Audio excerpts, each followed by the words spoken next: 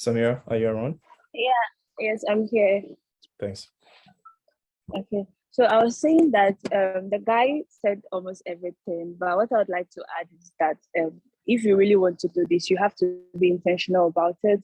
You when searching for schools, I would advise that you get maybe an exercise book specifically for that, and then you write the list of schools that offer your program, and then you can break it down into the requirements. So maybe those that would not waive the English proficiency test for you, then you take those ones out, and you'll be left with the ones that would waive those English tests for you. And then you start looking at funding opportunities. So that was what I did. I was I shortlisted the schools and I started breaking them down until I got like the final four that I finally applied to. And I would always advise people to communicate like with the program director. Like once you find your interested program on the school website, you should get the email of the program director and make yourself familiar to the person, express your interest for the course and ask questions. Like ask a lot of questions, everything you need to know about the program, opportunities for international students, all those questions, like feel free to ask them. They are always like willing to give you very good answers. And your documents, to like ensure that your documents stand out. Take your documents very seriously, because this is what would give you the admission. If your document is not up to the requirements, it's likely that you wouldn't get the admission. So I remember Brother taking us through the complicated, but I really wanted my documents to stand out. So I took my time to do it over and over and over again. So this is all I have to say. I wish you all the best. Thank you very much, Samira. I think this is great. Hopefully we come back to you again with questions if we have it. Gloria, do you mind also, adding to what Samira and Ransford said? Okay, good evening, everyone. My name is Gloria. So concerning the school application, so as my other two friends mentioned, you have to search for the schools. So and Dr. Farouk also made a very important point that maybe with the course you want, you may not meet the requirements. So you have to restructure a bit and say, okay, can I go with this other course? Because you are looking at pursuing, so you have to get like a similar course to what you initially wanted to do in case you cannot meet the requirements. So after shortlisting your schools, you go through the faculty in the program. You look through their research interest and look at the one that aligns with yours. So then you what to do, you email that faculty member and ask if they are willing to work with you. You introduce yourself nicely, ask if they can work with you. And then you start with your SOP. So you can also ask them if you can mention them in your SOP, because it can also help. And then, as Samira said, you'd have to email the program director to let them know you, because they are the ones going to be sitting in the admission panel. So once they know you, it may be much easier for you. And then with the recommendation, you don't have to wait till it's almost time to get a recommendation before you reach out to your professors. So months before you start your application, reach out to them and say, oh, I'm looking at applying to schools at the end of the year or something. So can I fall on you to write my recommendation for me? So looking at their response, that's when you know who you are actually going to include in your application. And what else? Yeah, so the SOP goes through a lot of processes. You rewrite, and all that. So you get a perfect SOP. Yeah, that's. Thank you very much. I think this is very comprehensive enough. Hopefully, when they have specific questions as to political science or the social sciences, they can revert back to you and Samira. And also, I think, yeah, and they can be of help. You guys can be of help. Yes. Nanateria, you also want to share your 2 cents? Okay, so good evening to everyone. Mm. And a special thank you to Dr. Farouk again. You've been very, very helpful. As Ransford said, that 1% is in fact way more than 1%. Okay, so basically, I loved what Samira said, that I have to be very intentional about what you want. So what I did was that the first thing, I knew that definitely I wanted to do statistics because I did a BSc in statistics as well. So I went to US News. So when you go to usnews.com and then you choose education tab, and then you go to global universities, you see a small search icon. So I entered Canada and got a list of all the schools in Canada, and I ranked it from lowest to highest. So then what I did was I went through each of the schools one after the other and located those schools that had the programming statistics. And I wrote all of them down as Samira said. And then what I did was kind of a long work. I tried sending message to all the supervisors in those schools, as many as I could. Then from there, I started with the shortlisting. So I went through those maybe that required GRE, and I knew maybe I wasn't ready to write.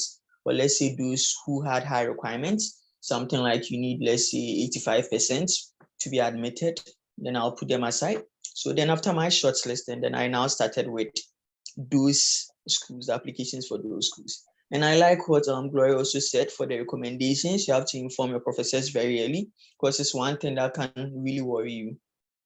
Okay. So basically, that's what I did.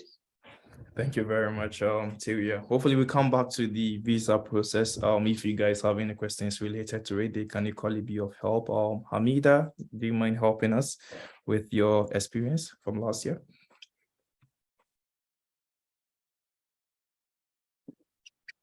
Do we have Hamida here? If not, we can quickly move on to Thomas. Hello, yeah, Hamida, feel free. Yeah. Good evening. Yeah, so just as my colleagues have already stated, I'm just going to talk about considering priority deadlines because they really matter a lot. So as you find schools you're interested in, you should know when applications are ending so you can send in an early applications because funding are often given to first come first serve basis.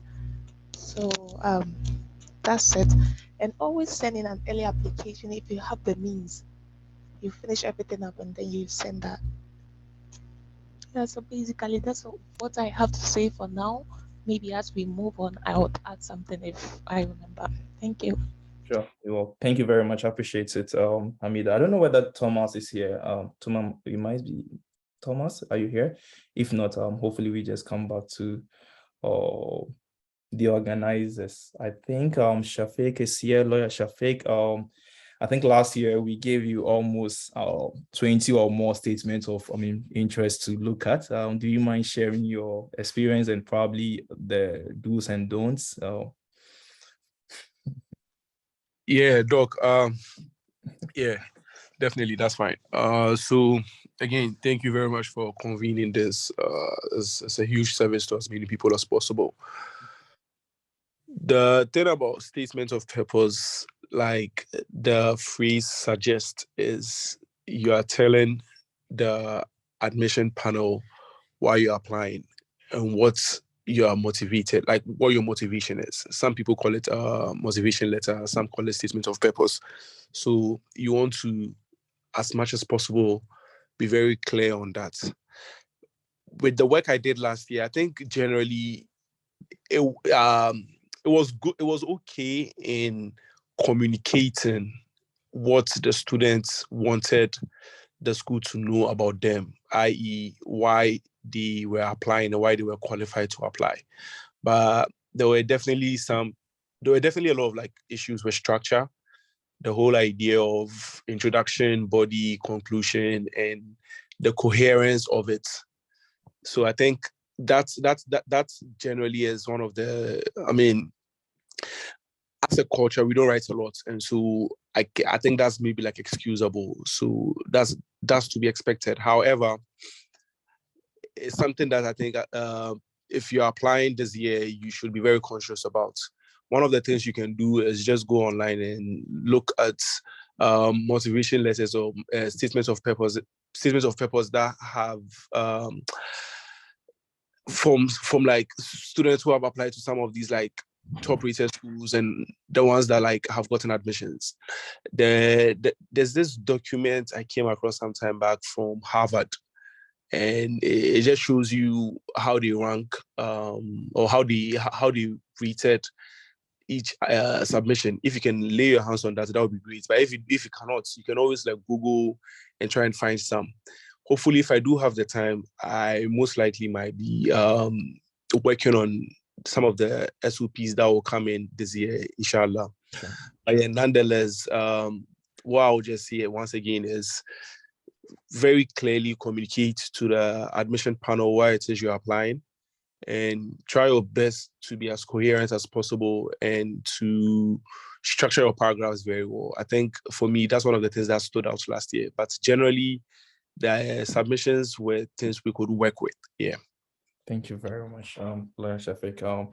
Again, as you might have heard from Lawyer Shafiq, we need to probably put in a lot with regards to the statement of purpose. And it wasn't only the statement of purpose that Lawyer Shafiq assisted with. He was also in charge of the notification announcement and whatnot. Again, we do appreciate all the service that you rendered.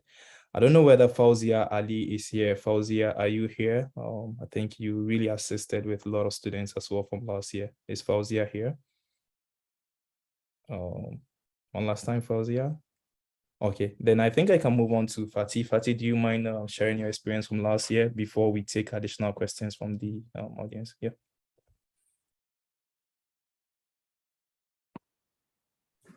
Yeah.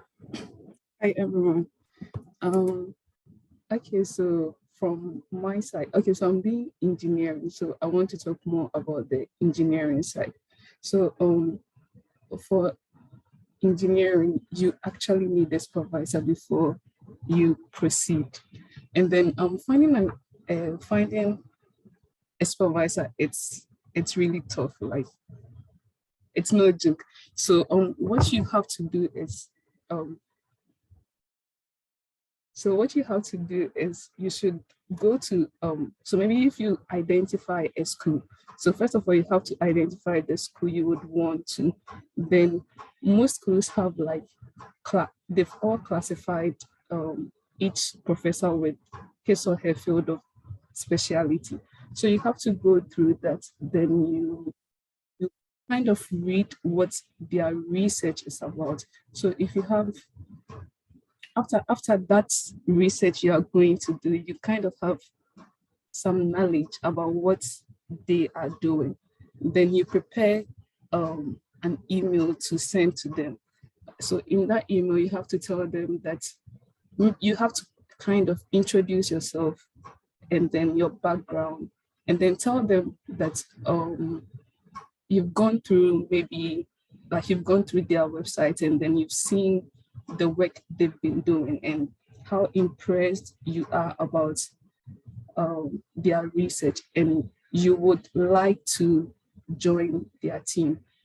You have to do that for a lot of supervisors. You have to apply for, let's say, more than 10 or even 30 supervisors. And then you would definitely, it's definitely, you get some rejections, but don't let those rejections discourage you, okay? Because eventually you will find a supervisor who agree to supervise you. And then for engineering, the moment you get a supervisor who agrees to supervise you, your admission is granted, and then you get some funding too. So, and then aside the funding, there are other sources of funding for you. So I think that's what I can say for now. Yeah. Thank you very much. Yeah, thank you very much, Fatih. Again, to those interested in this year's program, I think we sent out the link as to how to apply to our program for this year. Make sure you fill out the questionnaire or the questions and let me know whether we can be of help. I think there are a couple of questions in the chat room. I'll leave some to the our audience, so our selected applicants from last year, and also I can equally answer some. The very first one here is locating a supervisor the only means of obtaining funding? I think the answer there is no. It's related to the program that you are interested in. So if you are interested in engineering, then for sure you will need to get a supervisor before you even start to apply. But if you're applying to economics or the social sciences, then you don't need a supervisor before you apply. Basically, everyone will just come in and they will just select the best applicants, and that will be the end of story. So if you're really interested in getting to know how the funding process works and how the application do work for each and every field, as I mentioned, from last year, we had three professors joining us. So when you watch this video, it will take you through the application process for engineering, as well as sociology and all the social sciences. So if you want to see the differences between engineering and then the social sciences, what's the funding like in the sciences compared to the engineering, I think this video is going to really help you. So just make it a point to watch and understand the process. If you are in economics, I think we did have a very good discussion with Professor Achu Amegashi. He is from this University of Gulf. He came in to give us a very comprehensive view of what economics is about, as well as pursuing a master's and PhD related courses in economics, specifically in Canada and North America. So just make it a point to watch that video as well. Hopefully that can help clarify most of the questions that you guys have. Now, let me go to the second question here. I think please, can one consider schools in US as well? I think this question, I would just throw it to Samira and Hamida, because I believe you guys had both Canadian and US experiences. So Hamida and Samira, do you mind taking this question? Whether you are allowed to apply to schools in US as well and not only Canada. How did you guys juggle between the two?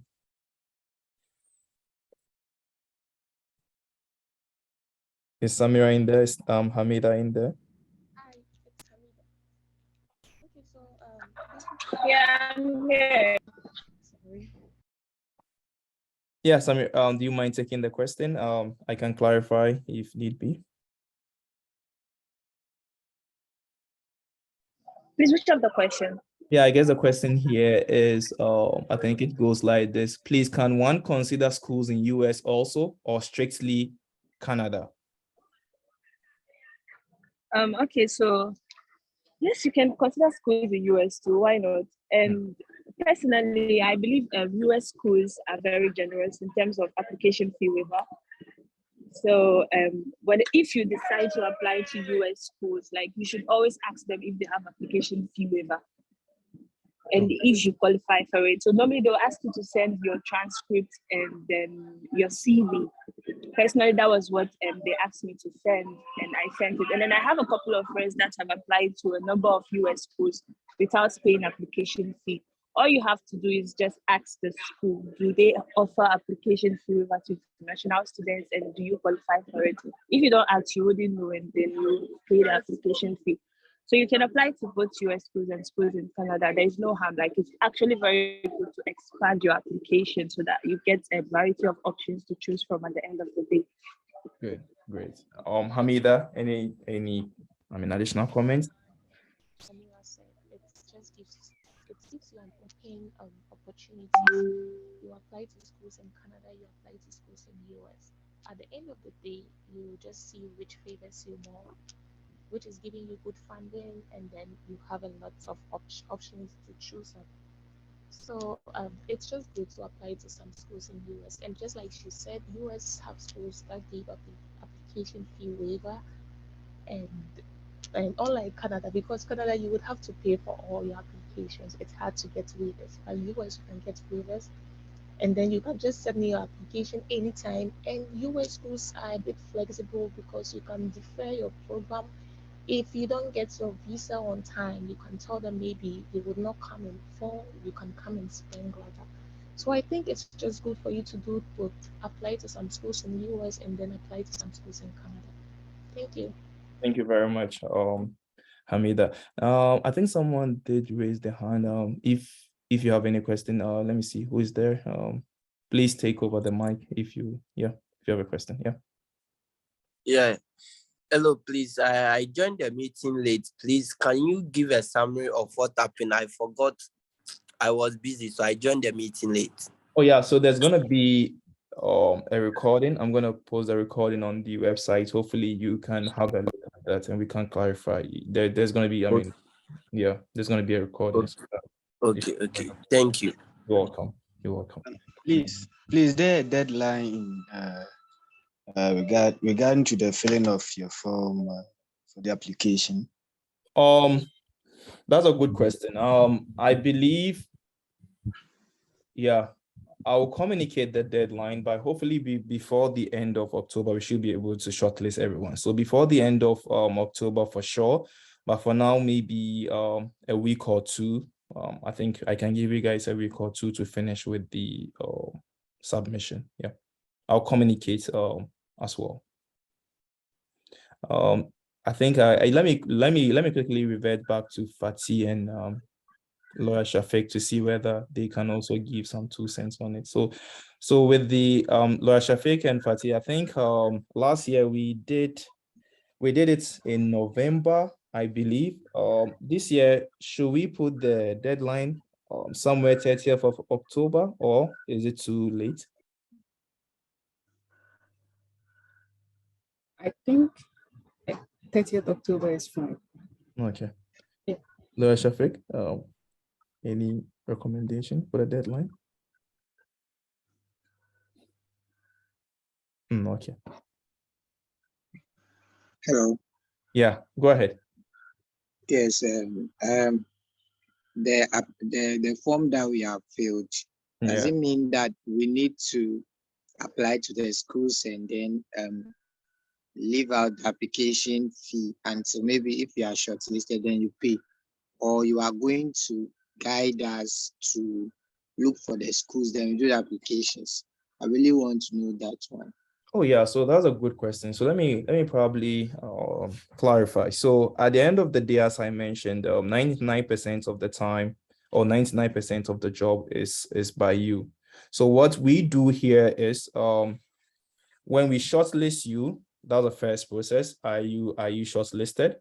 If you are shortlisted, we tend to look at your CV. Is your CV good, and is your transcript good as you claimed?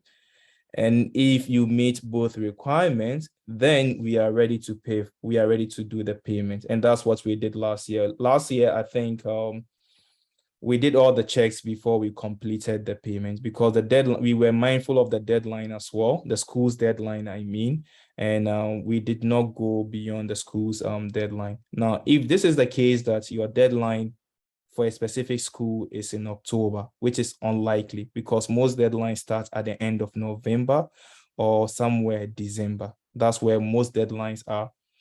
If this is the case where you think you have a very good application package and you want to submit your application because the deadline is in October, which I mentioned earlier is unlikely, I can have a look at it. You can do the payment. Then I can do the mobile money payment to you, half of the mobile money payment. I think we did that a lot from last year. So those who already paid the application, if they did qualify indeed, instead of doing the $50, which counts from my credit card right away, I do pay you in Ghana cedi using my local account. So that's how it works. Did I answer your question?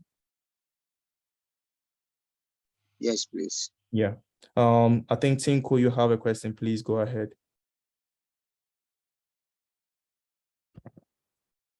Tinku, you have a question. Please go ahead. Yeah, please, I've already spoken. Oh. I spoke earlier on, yes. Any other question from the audience who would like to use the mic? Yeah.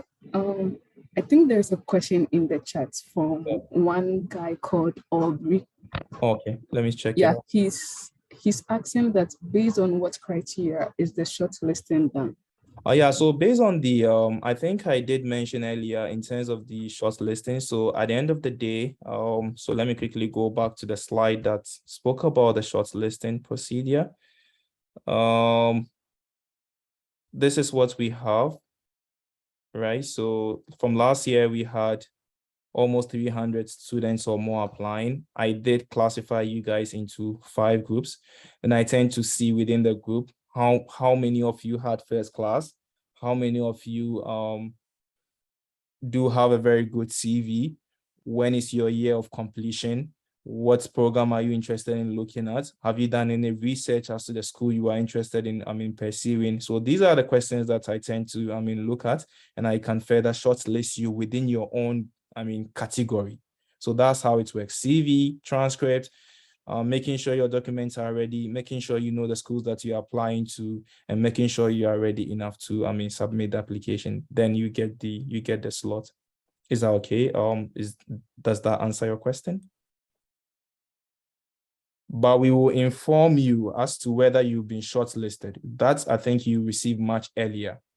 And you have to, put in the effort to make sure that, hey, I've been shortlisted. If I don't take my spot by working hard and making sure that my documents are ready, someone is going to take over my spot. And that's what happened last year. You see people getting shortlisted and getting probably very high ranking in terms of their own category, but they tend to renege. And at the end of the day, someone will come and take over their spot. So it's open. It's an open competition within your own group. Does that answer your question? Let me know if that clarifies it. Any questions? Let me see. I think I did answer this. I think I did answer that.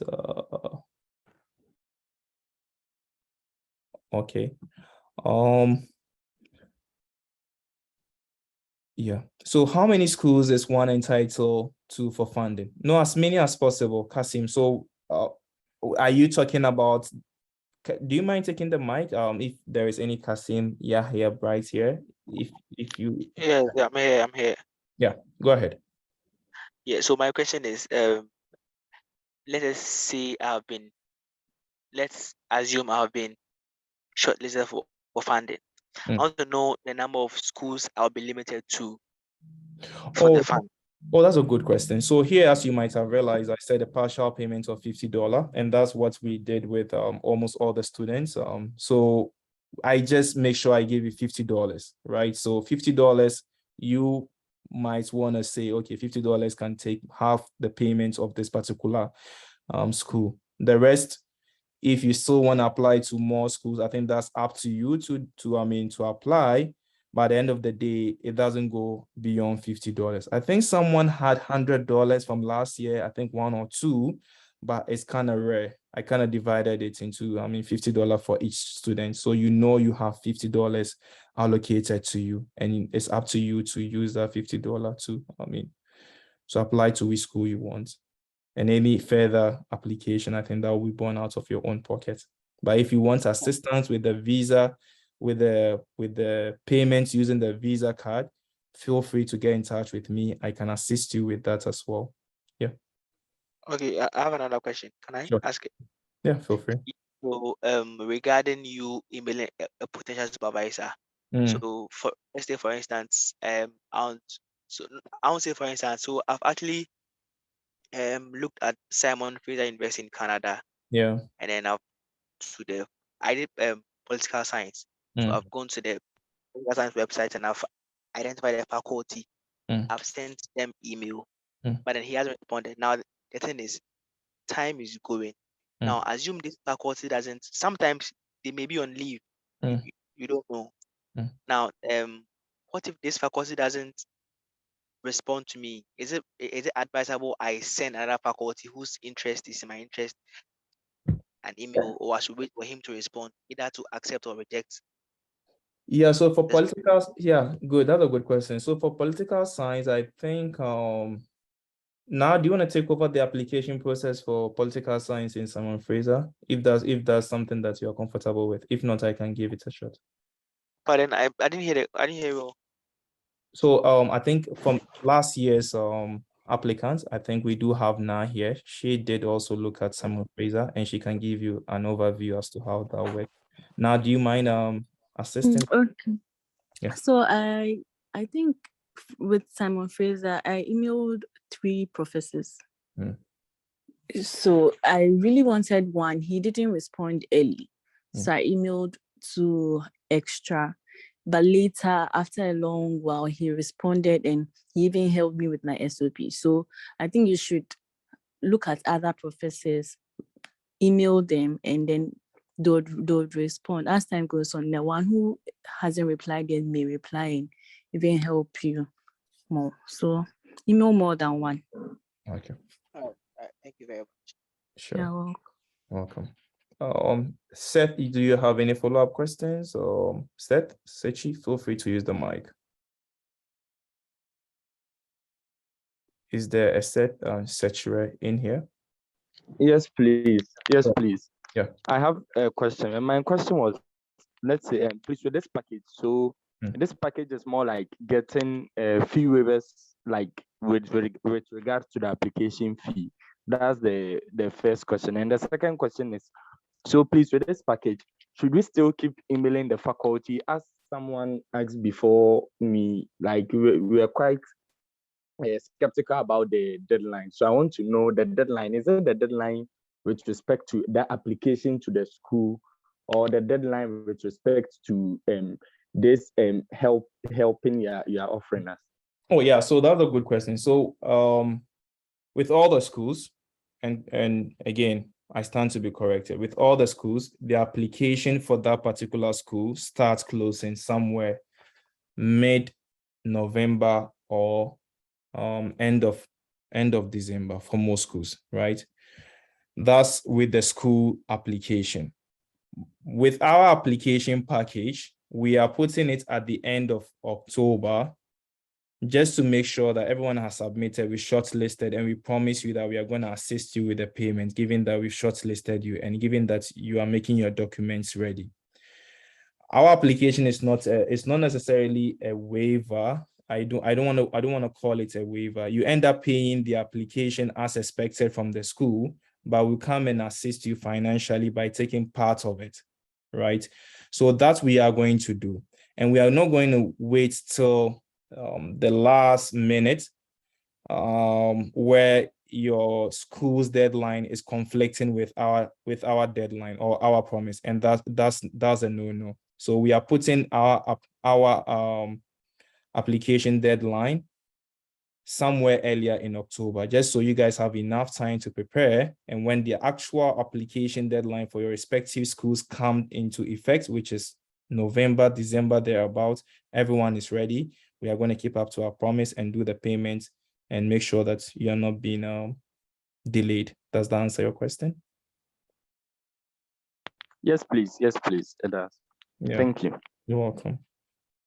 And again, the reason why, again, don't ask Ransford and the rest of the colleagues mentioned earlier, don't look at it as only the payment that we assist you with, but look at it as the resources that's been provided, making sure you guys have very good CVs, making sure that you guys have top Ghanaian professors who,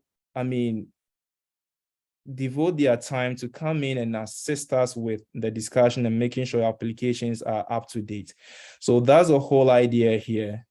Finance-wise, for sure, we are assisting, but we are also making sure that the resources are there for you guys to put in a very good application. Because at the end of the day, you can have all the monies, but if you don't have a very good CV or very good package, then I think it comes down to nothing. Is that okay? Questions or any further questions along those lines? Yeah, I think that should be just about it. I'll just give the closing remark to my my organizers, if Fauzia is here, please feel free to take over the mic. If Fauzia is not here, then I'll just give it to Ransford and the rest of the team to also give like 20 seconds closing remark and encourage the rest to apply if need be. Ransford and the rest. Ransford, do you mind giving us 20 seconds remark? Okay, thank you, Doc. For short, what I would say is I can see we have about 44 participants. So if we are not included, I think there will be around 30. And what I would say is the study abroad journey is not a 9-day wonder. It needs a lot of work from your side. So if you are committed and serious about it, I think by the same month next year, you should be also in Canada or USA if you are committed and serious. So that's what I would say. Just be committed and be serious about it. Thank you. Thank you very much, Ransford. Samira. Okay, so what I would say is, as Ransford already mentioned, for this journey, you have to be very committed. It can get very frustrating along the way. Sometimes after you get your admission and funding, then visa becomes a problem. You can go twice,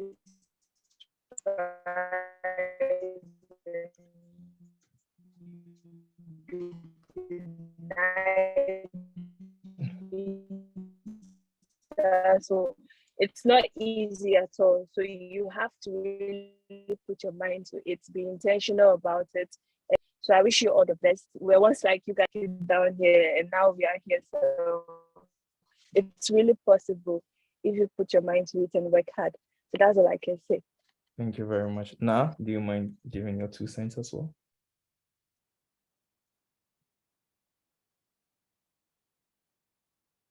Okay, then let me go to Nanatevia. Nanatevia, do you mind assisting briefly? I think we Okay, so in short, I'll just say be intentional about what you are doing and don't give up.